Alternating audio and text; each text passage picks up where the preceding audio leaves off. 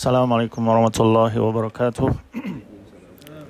Alhamdulillahirabbil alamin wassalatu wassalamu ala Rasulillah wa ala alihi wa sahbihi wa man walah. Amma ba'du. Alhamdulillah kembali melanjutkan tadabbur Al-Qur'an, sudah sampai di surat Ali Imran ayat 165 insyaallah sampai ayat 168.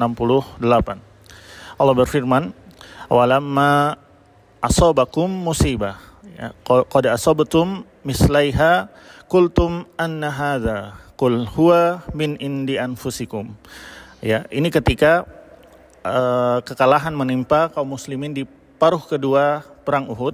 Awalamma asabatkum musibah, ketika datangnya musibah kalian, ya, dengan wafatnya 70 orang dari kaum muslimin, qad asabatum mislaiha, maka Allah ingatkan pada perang Badar sebelum perang Uhud, kalian 2 kali lipat bencana yang kalian timpakan kepada kaum musyrikin Quraisy. Karena kaum Quraisy bukan saja dibunuh 70, tapi juga ditawan 70. Jadi ada 140 dari pemuka Quraisy yang kena dampak dari perang Badar, ya. Sehingga di perang Uhud ini cuma 70 saja yang wafat, walaupun tanda petik cuma. Harusnya tidak begitu membuat bersedih kaum muslimin. Bahkan mereka berkata, kultum anna hadza, ya, kenapa kalian berkata, dari mana datangnya kekalahan ini? Langsung kata Allah, kul huwa min indi anfusikum. Katakanlah wahai Rasul kepada mereka, ini datangnya disebabkan kesalahan dari kalian sendiri. Ya, jadi karena maksiat sebagian kaum muslimin yang kena seluruhnya, ya, yang kena seluruhnya. Dan maksiat ini bukan dosa besar, maksudnya bukan hal yang masih diargumenkan, ya, karena yang di para pemanah turun merasa perang sudah selesai, ya. Meskipun kata Rasulullah SAW, jangan turun walaupun kalian merasa sudah selesai, ya. Tapi karena menyelisihi, ya, perintah Rasulullah SAW, maka Allah cabut pertolongannya. Jadi ini satu maksiat saja mereka lakukan, lantas Allah cabut pertolongan. Bagaimana lagi jika jatuh pada dosa-dosa besar yang disengajakan? Kalau ini kan masih ada argumen. Makanya di sini Allah kasih 3 pelajaran. Pertama, kekalahan mereka bukan kekalahan mutlak karena masih berimbang. Paruh pertama kaum muslimin yang menguasai, paruh kedua kocar-kacir hingga 70 wafat. Yang kedua, bencana ini hanya setengah, dampak dari musibah ini hanya setengah dari kaum musyrikin Quraisy. Jadi cuma setengahnya. Yang ketiga, terjadinya kekalahan ini karena kesalahan kaum muslimin sendiri, ya. Sampai-sampai muncul pertanyaan ini dikarenakan para sahabat berperang dengan Rasulullah SAW. Kalau berserang bersama Rasulullah SAW, pasti Allah bersama beliau. Kenapa ini kalah? Makanya sampai ada pertanyaan tersebut, ya. Makanya ada penafsiran bagus dari Syekh Profesor Dr. Umar Mukbil tentang ayat ini. Katanya jika kita lihat bagaimana Yahudi kok bisa ada di salah satu wilayah paling sakral dari kaum muslimin saat ini, ya, kata Syekh Profesor Dr. Umar Mukbil, harusnya kita introspeksi sebagaimana di perang Uhud, ya. Perang Uhud, perangnya bersama Rasulullah SAW.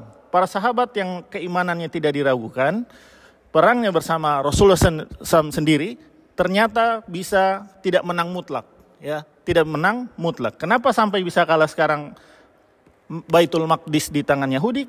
Kata Profesor Dr. Umar Mukbil, kul huwa min indi anfusikum, ya. Ini karena dosa sebagian dari kita, sehingga yang jadi korban kasihan, ya, warga Palestina, ya, warga Baitul Maqdis, ya. Sehingga makanya dikatakan di sini berapa banyak warga Arab, ya, katanya, ya, yang masih saja melakukan kekufuran. Berapa banyak warga Arab, katanya Profesor Dr. Umar Mukbil, yang masih menyembah selain Allah. Masih ada sebagian wilayah Arab yang percaya dukun, ya, berdoa kepada selain Allah, dan juga banyak yang tidak melaksanakan sholat, mendirikan sholat, banyak yang tidak berzakat orang-orang yang berkemampuannya, Maka kata beliau, jika satu maksiat saja di perang Uhud ya, menyebabkan kaum muslimin kalah, bagaimana lagi jika maksiat tersebut tersebar. Sedangkan di perang Uhud cuman bagian bukit saja ya, dan orang yang nampaknya yang mengatakan ini an-nahada, yang mengatakan ini adalah orang yang di bawah. Kenapa kok bisa kalah sekarang? Mungkin karena dia tidak tahu yang di atas, di bukit Uhud di atas ada yang menyalahi perintah Rasulullah SAW. Ya, jadi mungkin kita berprasangka baik yang mengatakan ini adalah orang yang tidak tahu tentang kondisi sebagian yang lain dari kaum muslimin. Maka Allah berfirman, Innallaha ala kulli syai'in qadir.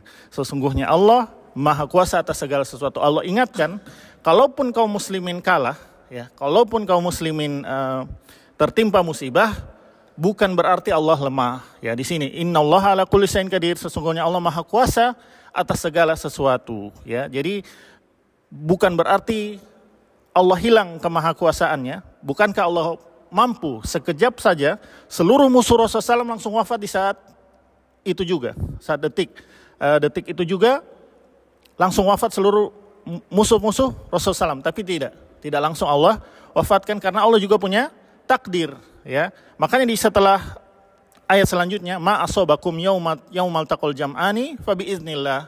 Tidaklah apa yang menimpa kamu pada saat bertemunya dua pasukan, fa biiznillah, maka ini adalah izin Allah. Jadi takdir Allah tidak mesti sesuai dengan keridoannya. Jadi dan tidak mesti menihilkan kemahakuasaan Allah.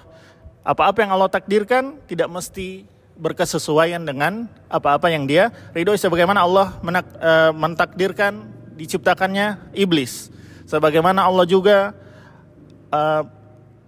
menakdirkan banyaknya pelaku kekafiran dan kesyirikan ya, yang di luar Islam, dan bahkan terjadinya pembunuhan para nabi oleh Bani Israel. Ini semua tidak Allah ridhoi, tapi Allah sudah mentakdirkan.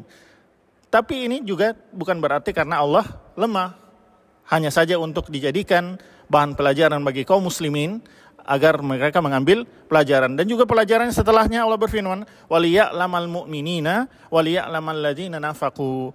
Dengan adanya musibah ini akan tampak orang-orang yang beriman dan akan tampak orang-orang yang munafik. Makanya disebutkan di sini kenapa orang munafik itu tampak bahkan sebelum perang. Ketika dari Madinah berjalan menuju Uhud, wa qila lahum ta'alau qatilu fi sabilillah au idfa'u.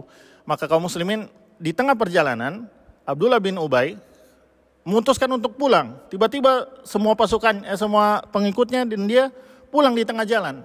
Ya, makanya dibilang di sini, ta'alau qatilu fi sabilillah. Kata para sahabat dan Rasulullah SAW, mari ikut kami perang di jalan Allah. Kalau tidak mau, mereka mungkin alergi dengan kata perang di jalan Allah. Ya, perang saja sudah takut.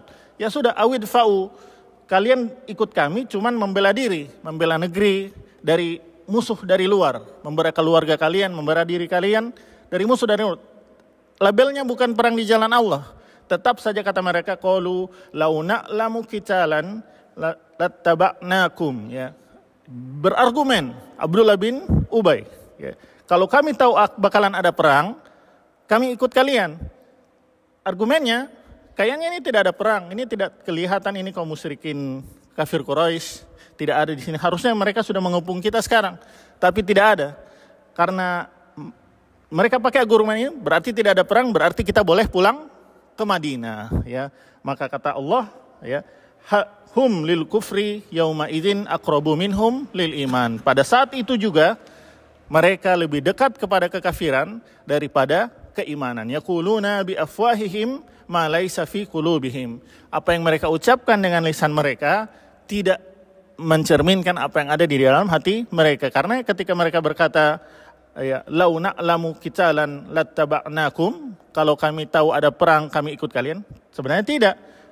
Mereka tahu bakalan ada perang, dan mereka tahu mereka benci untuk ikut bersama Rasulullah SAW dan para sahabat. Makanya kata Allah, yang mereka ucapkan di lisan tidak seperti apa yang ada di dalam hati mereka. Wallahu a'lamu bima yaktumun, dan Allah Maha tahu apa yang kalian sembunyikan di dalam hati-hati kalian. Difirmankan lagi, ya, tentang mereka ketika setelah perang.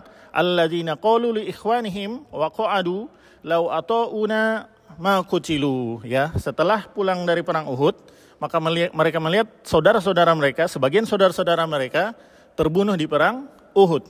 Maka mereka berkata, ya, law ata'una ma qutilu. Kalau mereka ini ikut kami tadi pulang dari perang Uhud, pasti mereka tidak terbunuh. Ya, maka langsung Allah bantah lagi, kul fadra'u an anfusikum al-maut, ya.